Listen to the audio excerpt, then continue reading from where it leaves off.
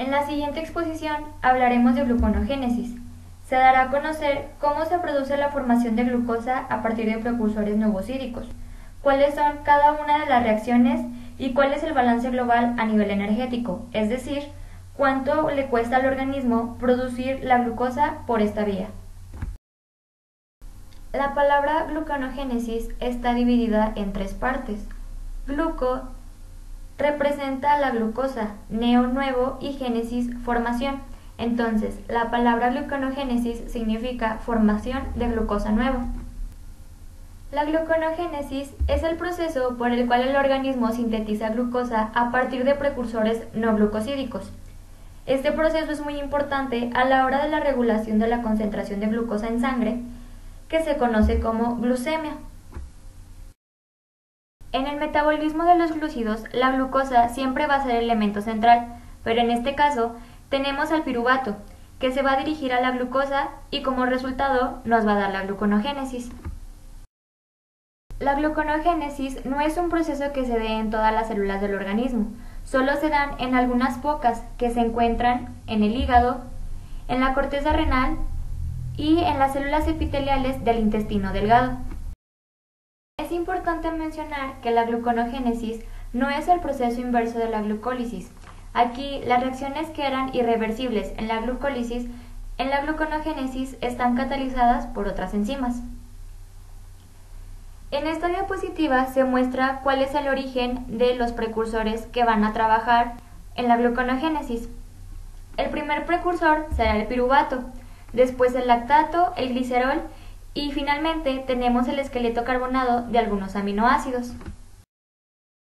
El primero de los precursores es el lactato. El lactato se puede obtener de dos fuentes, una de los eritrocitos y se obtiene cuando se produce la glucólisis anaerobia liberando el lactato en la sangre. La segunda es en los músculos y se obtiene durante el ejercicio. Aquí se genera una gran cantidad de energía y llega un momento en el que no se puede hacer glucólisis aerobia y se tiene que hacer de forma anaerobia. Cuando se hace la glucólisis anaerobia se libera lactato. Este lactato no se va a transformar en ninguna forma en el músculo, porque como ya lo sabemos, no hay glucólisis en el músculo, se produce principalmente en el hígado.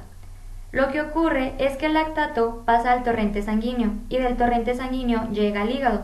En el hígado, del lactato se va a transformar por gluconogénesis en glucosa y esta glucosa que la libera el hígado la libera de nuevo al torrente sanguíneo y vuelve otra vez al músculo, donde se va a producir la fermentación láctica. En caso de que haya mucho requerimiento de energía y no haya suficiente oxígeno, entonces se vuelve a producir el lactato y entramos en un ciclo de Cori. En esta imagen daremos a conocer un poco más acerca de la fermentación láctica.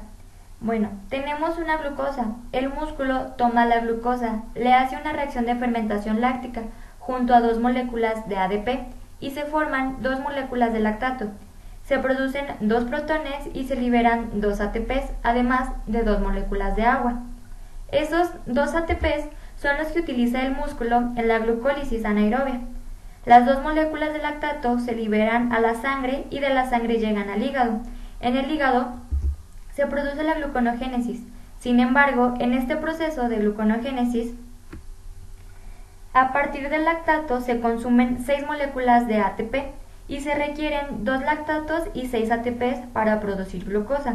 Entonces, el consumo neto es de 4 ATPs. Por eso la glucosa anaerobia cuesta ATPs al organismo y es un proceso que no se puede sostener en el tiempo. El tercer precursor es el glicerol. Este proviene de cuando producimos hidrólisis a la ruptura de los 3 glicéridos. Puede ser de la dieta o reservas de lípidos del organismo. Al romperlos, liberamos 3 ácidos grasos y una molécula de glicerol. Primeramente, el glicerol se va a fosforilar. El primer paso es convertir el glicerol a glicerol 3-fosfato, que está mediado por una enzima que es la glicerol-quinasa. Recordemos que las quinasas añaden grupos fosforilo. Después el glicerol 3-fosfato lo transformamos por el glicerol 3-fosfato deshidrogenasa en dihidroxiacetona fosfato, que va a ser ahora cuando se incorpora a la gluconogénesis.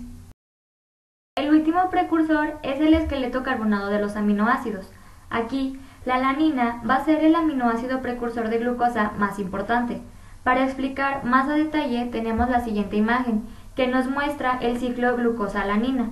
Aquí, el músculo en el ejercicio consume glucosa.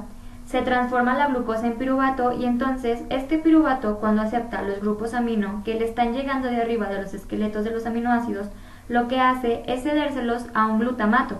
Este glutamato se transformará en alfa-zetaglutarato y el piruvato se transforma en alanina. Esta alanina ahora entrará en el torrente circulatorio y del torrente circulatorio va a llegar al hígado. Al llegar al hígado lo que va a hacer es transformarse en piruvato, pero primero cede los grupos amino que había aceptado el glutamato y se los cede a un alfa-zetaglutarato. Pasa lo que había pasado en el propio músculo, pero ahora pasa al revés. Después vamos a ceder los grupos amino al alfa-zetaglutarato que formará glutamato y ahora nuestra alanina se transforma en piruvato. Al tener el piruvato, el hígado hace la glucogénesis, se transforma en glucosa y esta glucosa volverá al torrente sanguíneo y después llegará otra vez al músculo y se produce el ciclo glucosa-alanina o también conocido como ciclo de Cahill. Ahora vamos a hablar de cada una de las reacciones de la gluconeogénesis, las cuales en total son 10 reacciones y vamos a describir a continuación. En la primera reacción pasa de piruvato a fosfoenolpiruvato, que como ya recordamos, esta es la última etapa de la glucólisis. Esta primera reacción se va a dividir en dos partes, una primera que se produce en la matriz mitocondrial y una segunda que se produce mayormente en el citosol. En la primera parte tenemos una enzima que es la piruvato carboxilasa, que a través del consumo de una molécula de ATP va a transformar el piruvato en oxalacetato. Para que esta enzima, la piruvato carboxilasa, funcione, vamos a necesitar la biotina y el magnesio. También esta enzima, su funcionamiento va a depender de la concentración de acetilcoenzima A. En la segunda parte de esta primera reacción, que como ya recordamos se produce mayormente en el citosol, se hace la conversión de oxalacetato en fosfoenolpiruvato. Se produce una descarboxilación y una fosforilación a la vez, por lo que la enzima se va a llamar fosfoenolpiruvato carboxiquinasa. Esta va a dar lugar a la fosfoenolpiruvato y una molécula de CO2. En esta segunda parte de la primera reacción se va a consumir una molécula de GTP. En esta imagen vamos a hablar sobre dos reacciones, que van a ser la segunda y la tercera reacción. En la segunda se produce la conversión del fosfoenolpiruvato en 2-fosfoglicerato. Esta, como se muestra en la imagen, va a ser catalizada por una enzima la cual se va a llamar enolasa. En la tercera reacción es la conversión del 2-fosfoglicerato a 3-fosfoglicerato y esta se va a dar gracias a la catalización por la enzima fosfoglicerato mutasa. En esta cuarta reacción vamos a tener la conversión del 3-fosfoglicerato a bisfosfoglicerato. Aquí en esta reacción se va a consumir otra molécula de ATP y esta va a ser catalizada por la fosfogliceratoquinasa. Bueno, en la quinta reacción se va a dar la conversión del 1,3-bisfosfoglicerato a gliceraldehído 3-fosfato. Esta se va a dar gracias a la catalización de una enzima llamada gliceraldehído fosfato deshidrogenasa. En esta imagen vamos a volver a hablar sobre dos reacciones, las cuales van a ser la sexta y la séptima. En la sexta se transforma de dihidroxiacetona fosfato en gliceraldehído 3-fosfato, que es catalizada por la enzima triosa fosfato isomerasa. En la séptima reacción se va a hacer la conversión de una molécula de gliceraldehído 3-fosfato y una molécula de hidroxiacetona fosfato. Estas dos se unen para formar la fructosa 1,6-bifosfato mediante la fructosa bifosfato aldolasa. ¿Qué quise decir con esto? Bueno, el gliceraldehído 3-fosfato se suma al dihidroxiacetona fosfato y va a hacer que se conviertan en la fructosa 1,6-bifosfato. Llegando a la octava reacción, De la gluconeogénesis vamos a tener la transformación de la fructosa 1,6-bisfosfato, que se va a convertir a fructosa 6-fosfato, gracias a la enzima fructosa 1,6-bisfosfatasa, que esta enzima va a producir una desfosforilación. En esta desfosforilación se va a ceder una molécula de agua, la cual se va a transformar o la cual nos va a formar el ácido fosfórico. En esta novena reacción, la fructosa 6-fosfato se convierte a glucosa 6-fosfato mediante la enzima glucosa fosfato isomerasa, como lo podemos ver en la imagen, que es muy claro. En esta última reacción, que es la 10ª reacción, es la generación de la glucosa libre, que en esta se transforma de la glucosa 6-fosfato a glucosa. Esta, como podemos ver en la imagen, pues se da gracias a la glucosa 6-fosfatasa. Así tenemos ya en conjunto cada una de las reacciones que se producen en la gluconeogénesis. Finalmente, vamos a ver cuál es el balance energético de la gluconeogénesis.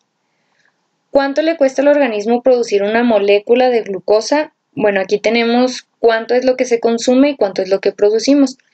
Se consume en total 2 piruvatos, 4 moléculas de ATP, 2 GTPs, 2 protones, 2 NADH y 4 moléculas de agua.